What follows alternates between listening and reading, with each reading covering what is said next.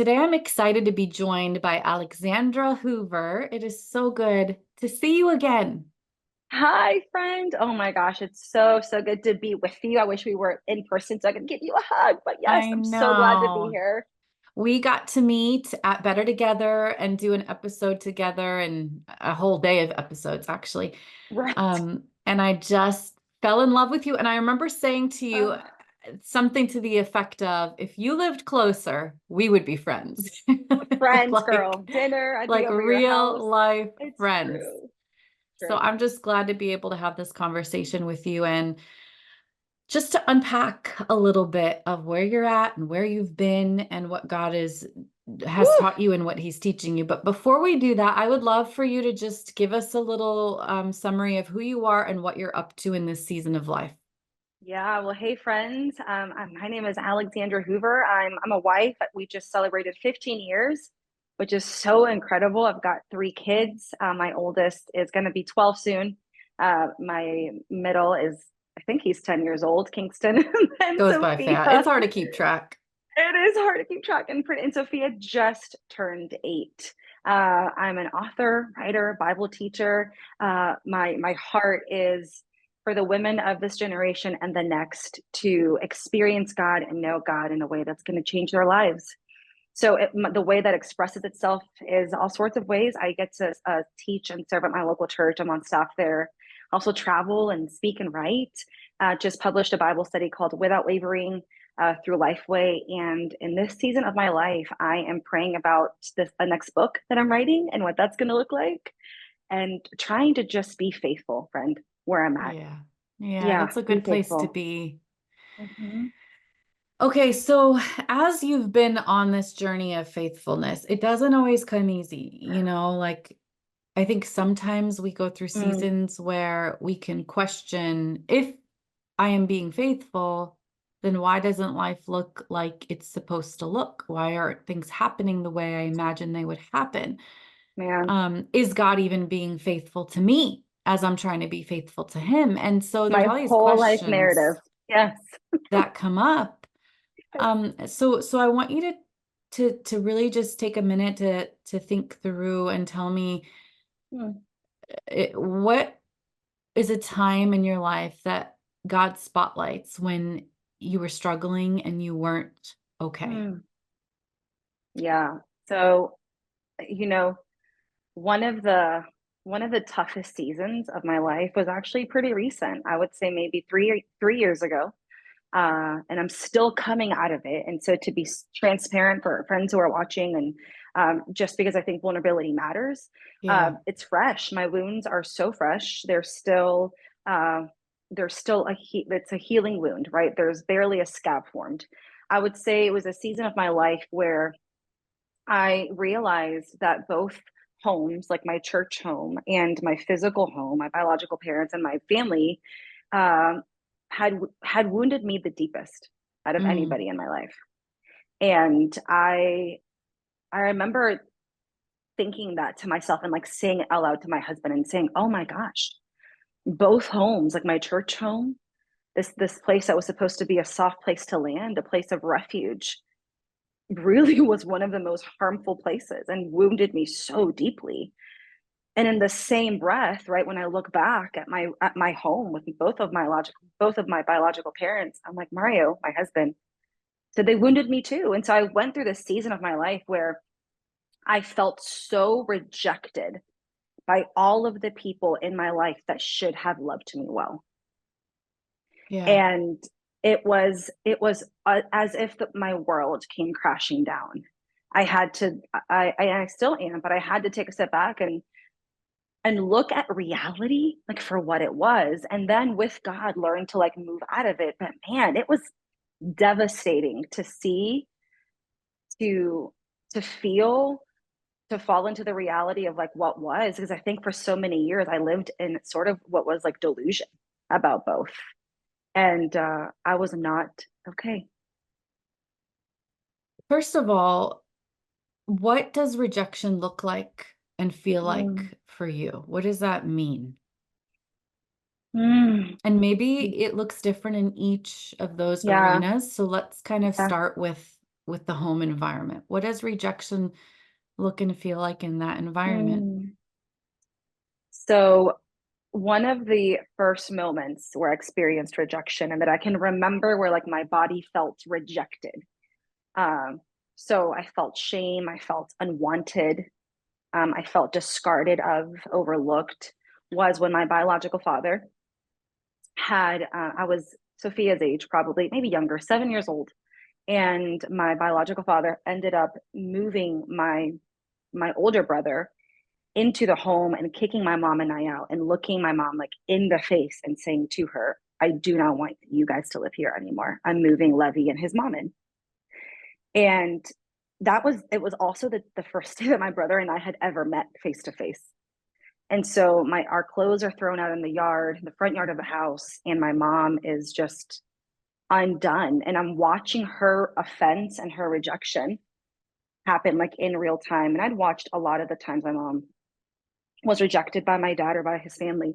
But in that moment was the first one that I ever felt like, oh, I'm also not wanted. I'm deeply not wanted here. And remember just carrying that narrative with me the rest of my life and was so hypersensitive to it with everyone around me. So I could tell if I was, being too much or not enough for people. And so in a familial sense, rejection has felt like my mom and I never had a place in either like her family or my dad's. She essentially raised me as a single mom for most of my life until she married my stepdad, and then that pretty much imploded too. And so we just never had a home. Like I feel like I fought to really be a part of my mom's family, but always felt like this outsider who wasn't like really around most of the time growing up. And I desperately wanted to give my kids family, and so did what I could to do that, but still like it just didn't fit. And we all felt it. Same with my dad's side of the family.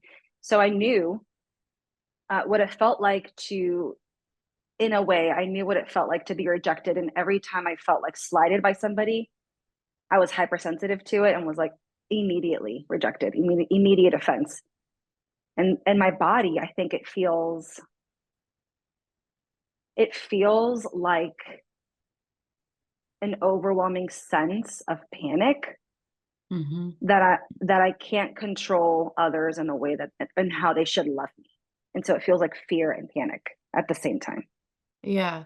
So that created an emotional wound, a sore spot in your life. Like that's Totally. where the enemy came in and said, "You're not wanted. You don't Totally. belong."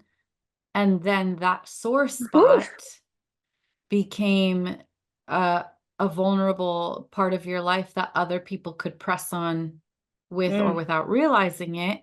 mm, They didn't cause the original wound, but they were pressing on it and totally. re-triggering you to feel that feeling of rejection. And this is why it's important, because that original wound needs to be differentiated from wounds that come thereafter. Yeah, And I absolutely. imagine there's been times when you have been rejected, but other times when they just got close to the wound and it got interpreted as rejection Totally. when it maybe really wasn't. Uh, totally. Absolutely. And so this is where it gets complicated, Yeah. trying to differentiate what's a real intentional wound from something that is a false alarm, but my body's reacting because it's in self-protection mode. Wow. That's great. So one of the things that I think, and please obviously speak into it. One of the things that has been the hardest for me, especially as I show up in the world in ministry and vocational ministry, is to differentiate, right? To have the spiritual and emotional maturity to say, God, help me to untangle my emotions so that I can see and perceive really what's actually happening here, so that I'm not projecting my own unhealed trauma or maybe some of my wounds, still my scars, uh, onto other people. And it has been the hardest journey for me to slow down enough and come outside of myself and really friend, a lot of it too has been me learning what offense is. A lot of my personal research for my own life has been trying to understand both like biblical theological perspective of offense in the scriptures and how offense translates in my own life. And offense in the scriptures is really a trap, it's a snare. And the Lord has been walking me through this reality of, listen, you have picked up so much offense in your life that it's Yeah. trapped you.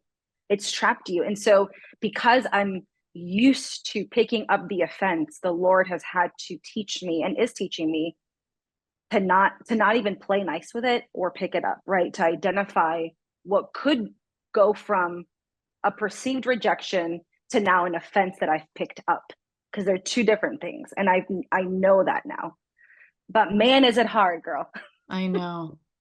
I know. It is hard. And when Oof. and you get stuck, like there's these patterns that you just so subtly pick up, Mm-hmm. and it's almost like the template in which you see the world is informed by your trauma. Like Mm-hmm. trauma is the template that I'm using to see the world around me. And if that trauma is rejection, Yeah. you see that word on Right. everything. It's plastered on everything and everyone. So tell me about another time. So when you were young, you 7 years Yeah. old was kind of that first Sure. rejection. Is there anything that comes to mind after that that Yeah. also reaffirmed the template of trauma? Oh my gosh. Yes, did it. That is what was 3 years ago. So 3 years ago, I found myself, and it really is longer than 3 years. This has a longer runway for me. I've been in vocational ministry now for, gosh, as long as I've been married. Mario and I have been serving in some sort of local church context. But I got hired on to my first like church position, vocational ministry staff, when I was 24. So a little baby, 24 years old, just fresh, into both the faith and the church world. And I would say, and will say that uh, my experience in vocational ministry has been one of the most wounding ones. And it's taken me a while to say that out loud because I want to protect the church and the beauty of who she is. And it's something that I wrestle with so much with like my covenant community and my husband with, because I do love the church and the bride is so beautiful, but she's so complicated Yeah, because she's people. right. And so my call to the church, my really my purpose that I find within the local body that it's so clear for me, has been one of my most wounding experiences. Yeah. And about 3 years ago, I went through some of the most, uh, maybe even 4 years ago, some of the most painful experiences when I found myself, and this is how I like to explain it. I found myself in a whirlwind of other people's trauma and unhealed wounds, and got pretty caught up in the crossfire of it within my local church. And uh, I think that what I experienced was both not being able to live out my whole purpose and identity in a church context. That was really hurtful. Being misunderstood for my desires to either bring challenge or correction to things that I knew were broken, which really spoke into like my childhood wound, because a lot of my childhood wound was my mom saying like, "Hey, don't argue with your dad. Don't make him upset. You're doing too much." And so it would come up the same feeling of, when I challenge or when I bring up, bring to light this whatever thing that I see, it would always be seen as like, well, Alex is just doing the most. Yeah. She's doing too much. So 3 years, I feel like that all sort of came to a head in what I'm calling like the perfect storm in my season of ministry. I was older. I'm 34 now, so I was probably about 31 years old, totally 3 years ago. 31 when this all kind of came to a head for me personally, where I had to really take a step back and say, okay, God, I really believe that you've called me to serve the local church. Like I am a church girl through and through, and love the mission that you've given me and the gifting you've equipped me with. But man, has it been some of the hardest seasons to walk through. Yeah. Okay, so let's unpack that a little bit more. Let's go. So, one thing you said is that, Mhm. growing up, you had to kind of step up and Totally. try to fix things and Hmm. like, let's figure this out. Let's make this Yeah. better. And that you were accused of doing too much. Yeah. Do you ever think that you were doing too much? No. Okay, tell me why. Yeah. I think that I think that I knew that something was wrong and I spoke to it. I think if I were an adult seeing 10-year-old Alexandra, right, protect her mom or confront her dad, I think that I would say, oh, she thinks that that's the best way to go about the situation. And so I don't think I did too much or was wrong for it. I think that I knew that my mom needed an advocate, and whether super unhealthy or not, which I totally understand how wrong that was in and of itself, I know that I did what I thought I should do, even at that Yeah. age. The hard part is that you were put in a role that you were never meant to have and Totally. given the role of fixing something that wasn't yours to fix. Oh my gosh, girl. And it just Yes. makes me wonder how much of Oh, that you've brought with you into ministry. totally. I mean, my nickname, I would say, or one of the things that people would say is that I'm like the linchpin, right? Like I would come in and I was the linchpin in so many of our teams, and would come in and do the things that I needed to do. And it was that I had this, uh, I don't know, perception maybe of my own self and how the world saw me, of like, I can get it done. I'll go in there and I'll get it done and I'll fix it, but at the cost of what, right? Yeah. And you're right. It is a theme. It is a reality for me that I've lived my whole life, like playing superhero when I really should have just been like tended to and loved. Yeah. Yeah, and it's the lie that if I don't fix it, it's going to fall apart Hmm. because that was your reality, right? Yes. Like you were the one Yes. holding the pieces Yes. together for as long as Yes. you could. Oof. And then the other piece of it is I need to also do this to be accepted. Like if I don't have this role, then I don't have value. Yes. If they don't need a Yeah. fixer, Yeah. then what good am I here? What If am I they don't need a doing? linchpin, Yeah. Then who is she? Right. And I think to make it even worse, right? Here's where a lot of what I've had to unpack in therapy for the last several years is that like the environment that I was a part of like perpetuated yeah, that behavior, right? right. And so it was like it was so performative and so uh we were in such a vacuum, truly, in such a vacuum of uh performative culture, but also would try to establish or present this idea that we weren't. And so it was this consistent tension within myself of like, I hear you saying that these things don't define me, but actually they really do here. And so for a lot of the leaders that were there at the time, um, there was a hierarchy. It was performative. It was driven by performance. It was who's the most strategic, Right, who's the best Bible teacher, who can build the most teams, right? And so right. it was absolutely based off of capacity and gifting. And so the only thing I knew to do was great. I can do that. Yeah, And so you when were I so showed up, familiar with that language. totally, and when I showed up with it and they were like, it's too much, that also devastated me too. So it was all of the different ways in which my like origin wounds, right, showed up in this space and knew what to do. And yet, even that wasn't enough to feel loved, seen, and valued. And so that wounded me even more. Fixers are drawn to messes. That's one thing I've learned about fixers. But, as I'm hearing your story, in the strangest way, I just feel like there was this necessary crash, Hmm. because if not, Totally. you would still be thriving in an Yes. unhealthy template. Like your Yes. trauma template, you were so Oh good my at it gosh. that you would be Yes. thriving in it. It Yeah. had to stop working at some point. Yes. You know, one of the things too that it had to stop working. And I'll even add this too, because if there are any leaders that are going to watch this or listen or play it back through the podcast, here's the thing, right?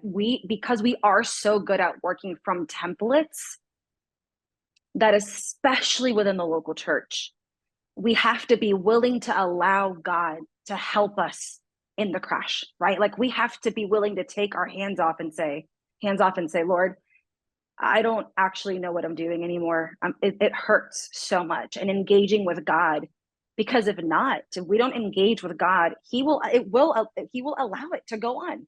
We see Yeah. so many leaders fall. We really do. We see so many leaders fall because of the inability to address with reality and say to God, this is so broken, and I'm leading from such an unhealthy place out of the fear of failure. So Yes. yes, I did have to, in the last 3 years, have some of the hardest conversations and make some of the most drastic moves of my life, so that I could, with God, participate in both the healing of my soul and the betterment of my family, and also continue to walk out my purpose. Because I feel like what would have happened is, and I've been saying this a lot, ambition without direction derails us. And my ambition without direction from God would have derailed Yeah. It had to me. crash at some point. And I think Totally. what makes this complicated is that in ministry, this can look the same. You can be running from a trauma of template, Yes. you can be running out of a template of trauma on one Yeah. hand. You can be running out of a template of God's truth on the other hand. And on the outside, it looks the same. It looks like a thriving, Yes. growing Right. ministry. It's like, so how do you It's, know which one's which? oh, Here's how: at some point, one of them's going to crash that's right. and burn. Ooh, yeah. And when it does, it's like, Yeah. okay, God, all right, what do I need to do differently? I Mm-hmm. cannot function out of the template of trauma and rejection Yeah. and fix it mentality and expect to succeed in the long run. That's right. And I think what I've seen happen and what I'm grateful for. I think I'm so uh it is so important for me that we show up with vulnerability, because what I've seen happen over and over again, and I've seen it happen in real time, is that we do crash, and then we pick up the pieces of the crash, and then we go right back into the template of trauma. You're absolutely right. We Try to glue it rebuild, together and okay, let me just girl, figure this out. and we rebuild it, and it listen, it might even look shinier and better than before, right? Like a new self-appointed king, but it's held on by super glue, Yeah. and right, the worst kind of piecing together you've ever seen, and it's going to fall again at some point. But that's what I've seen happen over and over again, and it's been a grace for me to have, I think, a husband who speaks consistent truth, and without hesitation, really, and saying, hey, I see this is a fire. Like I see you trying to put this thing back together. It needs to die. Yeah. We need to like heal with God and rebuild. Whereas a lot of what I've seen in the rest of my life, even with my like story of origin from my parents, is, oh, it crashed, we're going to rebuild it the exact same way, and we're going to try to do it better but with the same ingredients, Right. and we're just going to try to soup it up with some more garlic this time, or a little bit more salt and pepper Right. this time, to see if it comes out just a little different. I do think that it's so important that we understand. And for me too, like, I don't think I would be where I am now. And I'm a young leader. Like, I just turned 34 years old. I am aware that I've got a long runway, but I'm grateful for every moment where I've had to get to the end of myself And when I've seen other people get to the end of themselves and live these bifurcated lives of two realities in their world, and I don't want to be a part of that. I want to live one reality, one life, and show up in my spaces of leadership within my church, in my writing, in my teaching, with everything that God's doing in my home. So Yeah, my healing has to be holistic. It just can't be in one area. you're right. One thing that I want to challenge you on a little bit, Okay, I'm ready. so the theme of doing too much seems to keep coming up. So You're doing too much, you're giving too much. And I wonder if there's something to learn from that. Like right away, I hear and feel you say, I didn't do too much. I did exactly what needed to be done. And I yeah. think you're right. I think you're absolutely right. I just think the tools that served you in childhood can Yeah. sabotage you in another season of life. Oh And I my gosh. wonder if you have just been so wired to take more than your portion of the problem. Woo!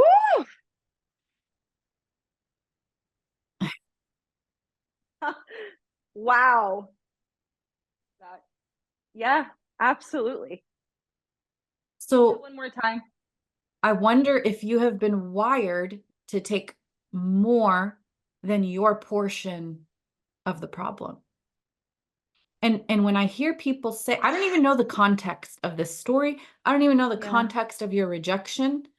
I don't even know what it was that people said, you're doing too much now.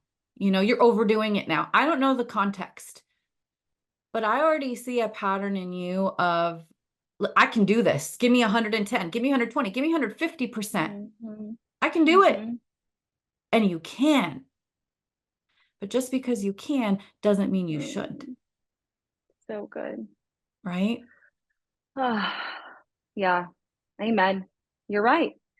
You're right. As I'm hearing you just counsel my heart and shepherd me and teach me in all the ways. I wonder too, help me with this. What would that look like with emotional boundaries? Right? Girl, Because I think a lot of it, so for context, a little bit of it, it wasn't even like capacity of work, which I've used as a badge of honor too. Like I'm so capable, I have so much capacity. That's been an idol of mine for sure. And something that the Lord has had to and will continue to strip away. Why I have to say it out loud, like my capacity is an idol. And the more that I can think, the more I think I can do it on my own and take on the world alone, uh, the more the Lord shows me just how wrong I am. One, but two, it was more so in the way of like you care too much. Like you care too much about that problem. Like no one else thinks it's that bad. You care that that person's not thriving in their ministry area. We've got it, or we're handling it. And I would see them not handle it. I would see this person derailing the ministry and derailing their life, and I'd be like, man. red flag. And they're like, sorry, we don't really we think we're okay, we think it's fine, you're doing too much, like let it be and we'll circle back later with them. And I was like, okay, so I guess we're all gonna just function and coexist and in health. And that would send me into like a tailspin of almost I'm processing out loud now, almost as if like I needed to make sure that I functioned in and coexisted in an area of health because I was so afraid to go back, probably to some of my childhood, that I was like, hey, this is all on, this looks broken. We got to come together with God and fix it. And when I didn't see anybody have the urgency that I had, and they were offended by me bringing my contentions or my concerns, we clashed. Yeah. I mean, I I I'm imagining your little 7-year-old self Huh. with all your alarms going off. Danger, this is broken. We got to fix this. Are you guys not seeing Mm, this? This is so yeah. urgent. Part of that is a trauma response. Okay. Part of that Wow. is you being hyper aware of the problem because you had to live on high alert noticing all the problems and protecting yourself from all the problems and protecting Oh my others, gosh. Yeah. protecting others, protecting your Whew. mom from the problems that were happening Yeah. all around her. And I don't think that part is wrong. I think sometimes it can be exhausting Mm, because there's never the problems are relentless, especially in the yeah. body of Christ. They're everywhere, everywhere, everyone. It's like there's so many. It's like playing a Yeah. game of that. What's that game? Whack-a-mole. Oh, the whack-a-mole. Yeah. Like, how do you even prioritize these different Right. problems? But Right. I think a part of this is you honoring that God has given you this past trauma that you can now use to be sensitive to problems around you. So you can turn it and use it for good, but you can only own what's yours to own. Here's the thing about high capacity people. Here's the thing about people who are over caring, over Yeah. fixing, overachieving. The second you pass the 100% mark, you're in dangerous territory. Mm, The second you start owning what's not yours to own and wow. fixing what's not yours to fix and solving what's not yours to solve, Mm, you're paralyzing the body of Christ. wow. Wow. And listen, I'm speaking to me as well. People like us who are caregiver roles Yeah. and we want to help people, but we can't do more work than them in the process of helping them. Whew. Right? I think about that often when I'm working with clients. If I'm starting to feel like I'm doing more work than you to save you, Mm, then I'm not mm. actually helping you anymore. Come on. Wow. And I see how this is so hard for you because I mean, I think about you as a little girl of like, that's what you had to do to survive. Yeah, it was. It was. It's exactly what I had to do. That was my whole framework from which I operated in and then saw life through, right? That was the lens for me.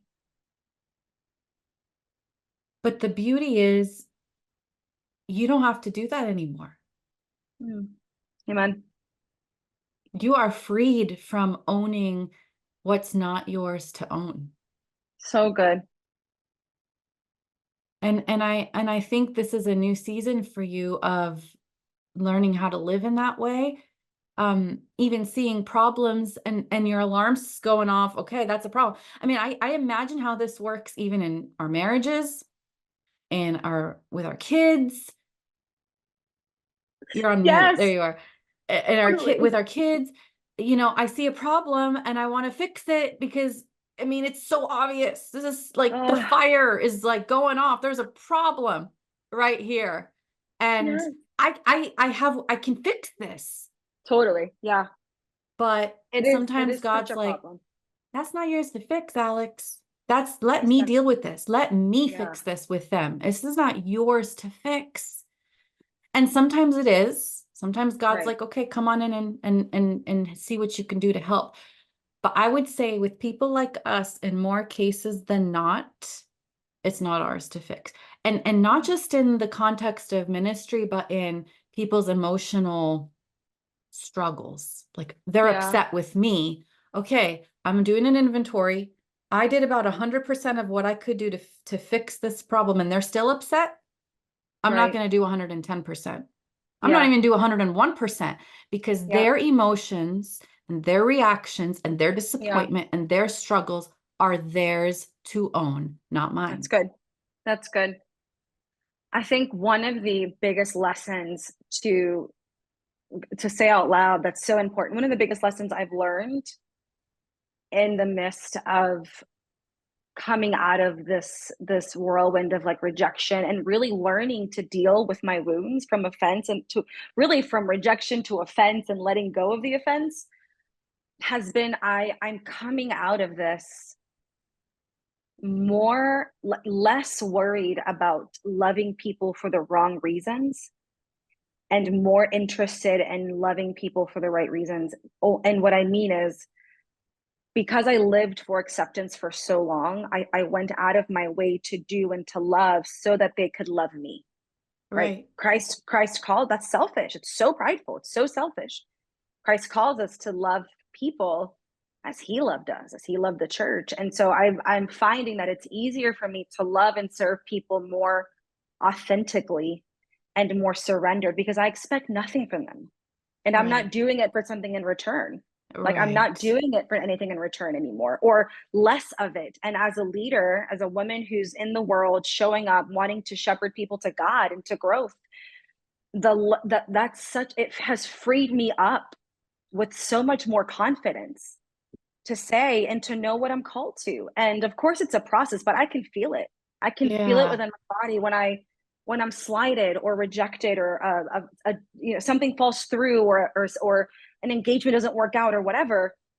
Whereas 3 years ago it would have sent me into a tailspin. Right. I'm finding myself so much more settled in who I am, what God has called me to, but it's been because of it's been because of what I've walked through. There's so much that I'm learning from the trial and from the pain, and it's really like it's purification in the fire in the best kind of way. And I'm letting it happen in real time. And I'm so proud of what I'm seeing and what God's doing too. Oh man, that's unbelievable. It, It it is. it's so true because honestly, as I look at your story, especially what happened 3 years ago, and again, I don't even know the details, and I don't think I have to, because the lesson is there. It's almost like that rejection was God's protection. That Oh, for sure. rejection was God Absolutely. shattering the template of trauma and being like, Alex, this doesn't work. This Listen, let doesn't me, work.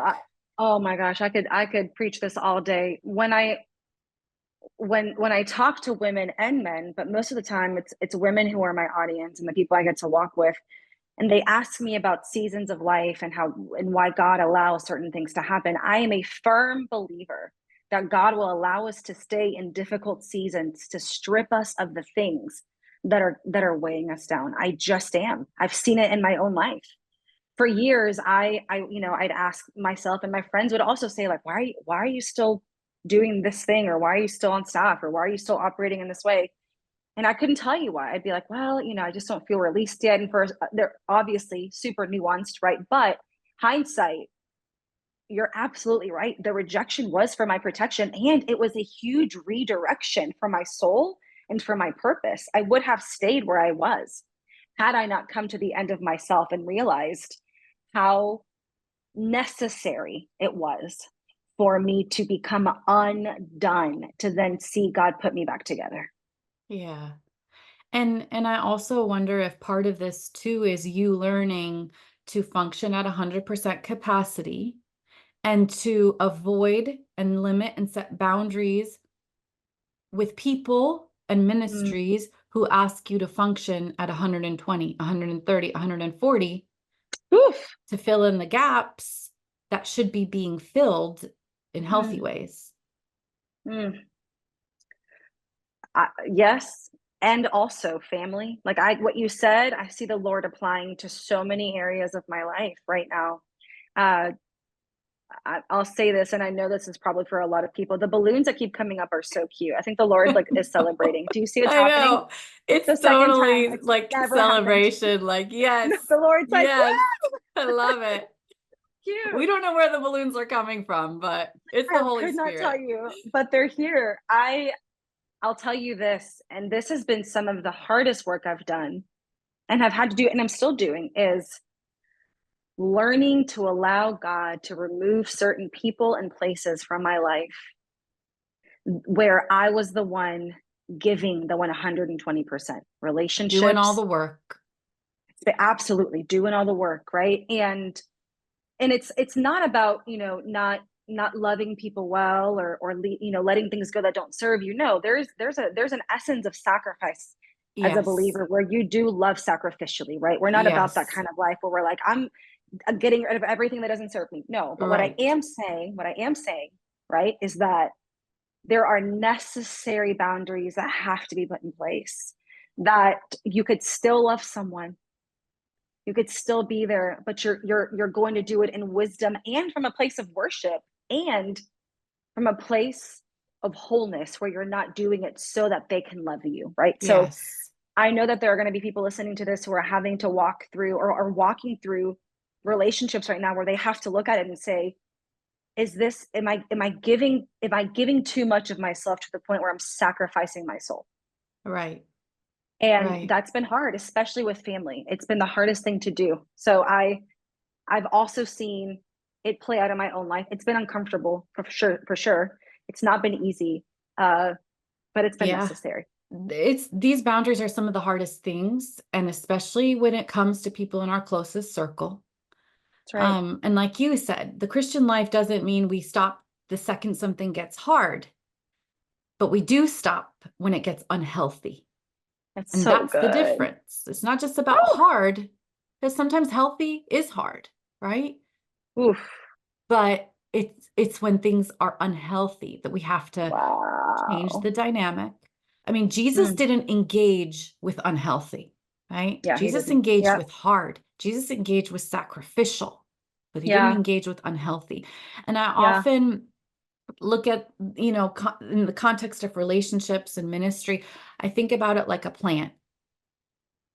If you don't water a plant, if you don't give it enough, it will die.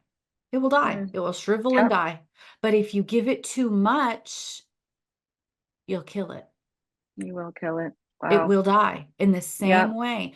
And I think Yeah. sometimes for us, it's learning the balance of not giving too much, because that's the Mm. tendency for some people. And I put myself in that camp. I'm the type of person who, if it was between giving too much and giving too little in my past, it would be giving too much, Yeah. doing way more than is Yeah. required.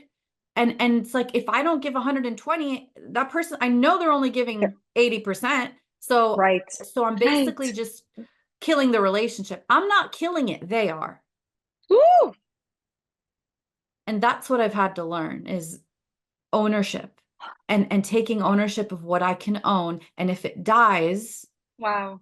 realizing that it died because of someone else. I didn't kill it. I didn't walk away from it. I didn't destroy it, but Wow. I had a healthy expectation, and I did what God has called me to do, period. Wow. And these are some hard lessons. So good. When you said that, we're not killing the relationship. They did. That's the truth. And I think I for sure have carried so much guilt from like, again, I'm like, I'm not doing enough. I'm not putting enough into this relationship, or I'm not, I'm not.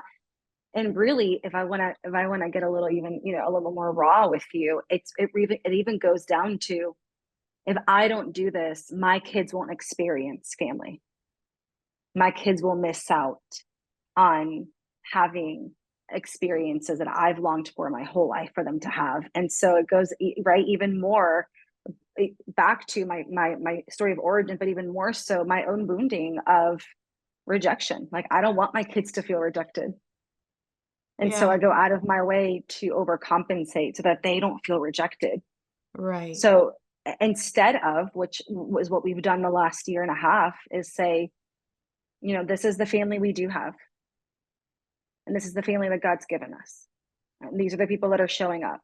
And this is who is invested. And we're so blessed. And our family does not look the way that we think it would or we should have.